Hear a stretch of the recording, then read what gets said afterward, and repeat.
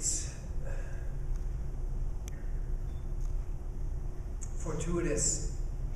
Many things about this book are fortuitous, but it's unusually fortuitous that we would be gathering on the Friday night, Thanksgiving weekend here in Canada, because so much of what I want to say tonight is about giving thanks. It's also fortuitous that we stand here as the sun goes down while our Jewish brothers and sisters prepare themselves for their 24-hour fast of Yom Kippur, a fast for renewal and atonement. And so many hopes and prayers I have for this book are really about atonement and renewal. And so I have to say that I am humbled by the timing of tonight. I'm humbled by the fact that this book, not published by an Islamic publisher, published by a publisher which specializes in Christian, theological, and academic religious studies texts, chose to release the book on the 1st of August, which for us was the 1st of Ramadan. I just stand before you tonight with a deep sense of wonder and a deep sense of thanks. The book in so many ways is not my accomplishment or achievement. You know, it really is the product of so many factors, most of which I could not have hoped for or planned myself.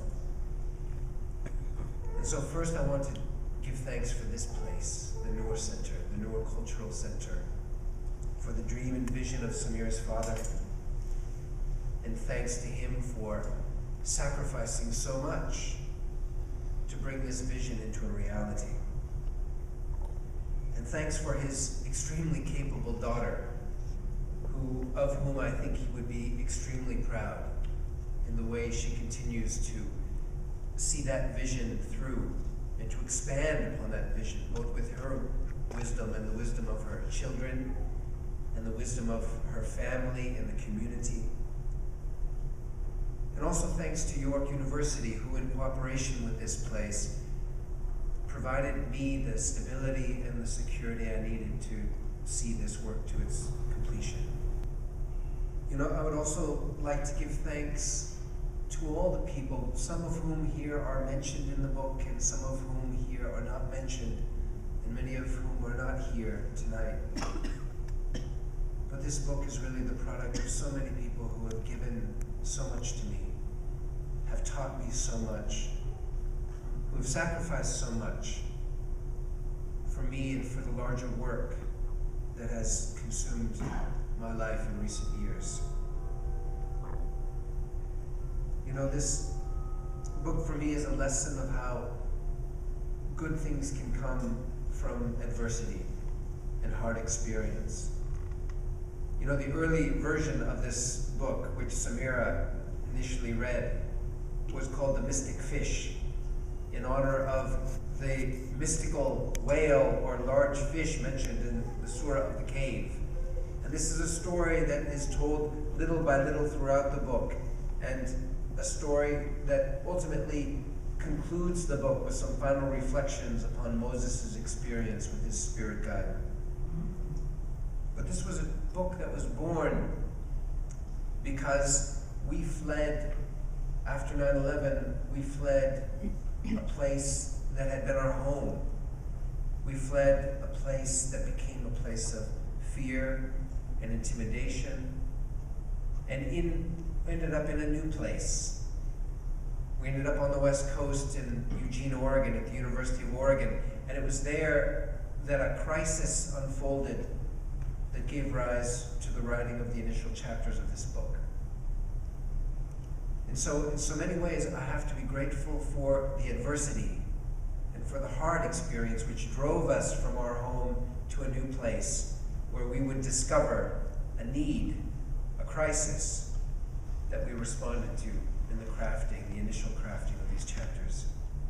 And so I want to give thanks to God, not just for life, and not just for all of these beautiful brothers and sisters and friends who have fed me and sustained me and housed me, but I also want to give thanks for the adversity which gave rise to this book. And this is the great alchemy of hijra in our faith, of migration, of moving from a place of darkness into a place of safety and security. And the alchemy of our spiritual life, which teaches us that while the exteriors of our situations may be filled with fire and vengeance, that the interior is all light and mercy. And it is only for us to look deeply into the situation and into our own hearts to find that light and that mercy. And I hope and pray that this book contains a little bit of that light and that mercy.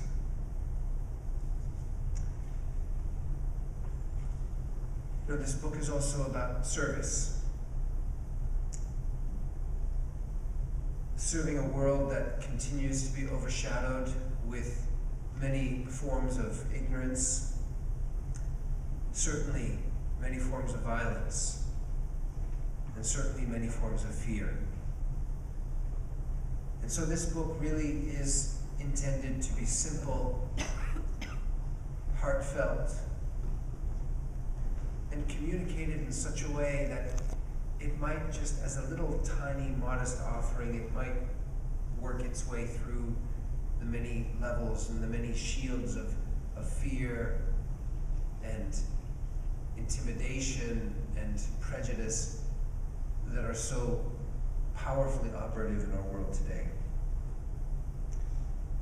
And so this book is meant and intended for people outside of the Muslim community who have yet to discover an opportunity that is safe for them, or trustworthy for them, an opportunity to see something of what we see in the Islamic faith. And yet this is also a book which is written for the Muslim community, where of course sometimes in response to the hardened prejudice that we experience in the outer world, we develop our own hardened prejudices, including sometimes these hardened notions of certitude, and Samir referred to that earlier on. And so this, in many ways, this book is a gentle and loving reminder that Islam must ever be for us an aspiration and not a statement of who we are and what we do and what we know to be true and what we believe.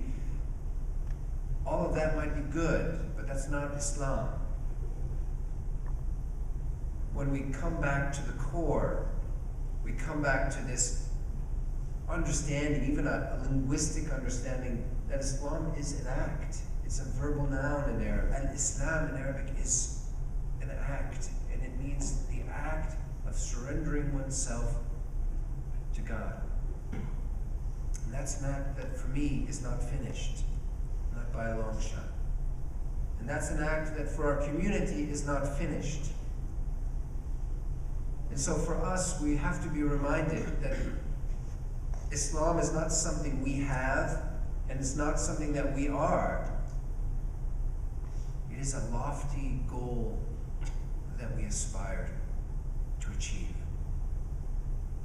And the aspiration is what defines us. It is not our current state, which is pretty miserable. It is not our current knowledge, which also is pretty impoverished. It is what we aspire to become. And as long as we keep our eyes on the horizon, which is the ultimate end or the ultimate goal of Islam,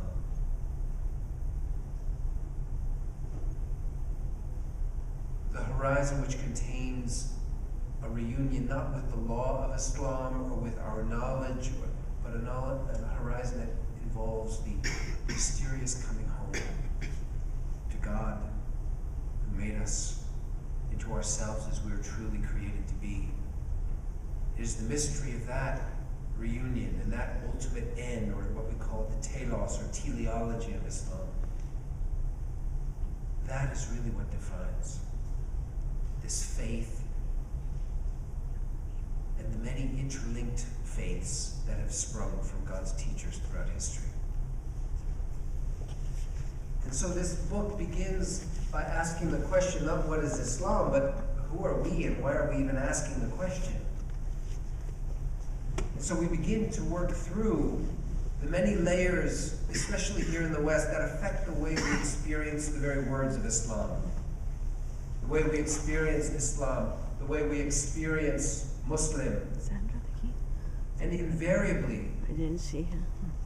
invariably, we discover that whether we are coming from within the Muslim community or we are coming from another faith tradition, invariably we see that none of us come to the question of Islam without prejudices, without images, without feelings.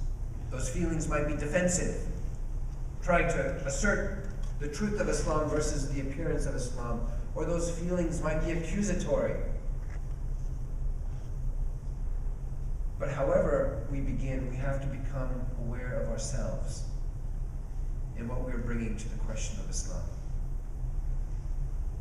And the way I've chosen to walk through Islam with my moment, my culture, my time, is by walking through not only the original histories and teachings and beliefs and practices, but also walking through, I think, my very privileged experience as a student of Islam. Someone who's had the privilege of being where most Americans or most Canadians will never have a chance to go. Walking through my experiences and my conversations and drawing upon all of these situations which have given rise to my own developing, unfolding understanding.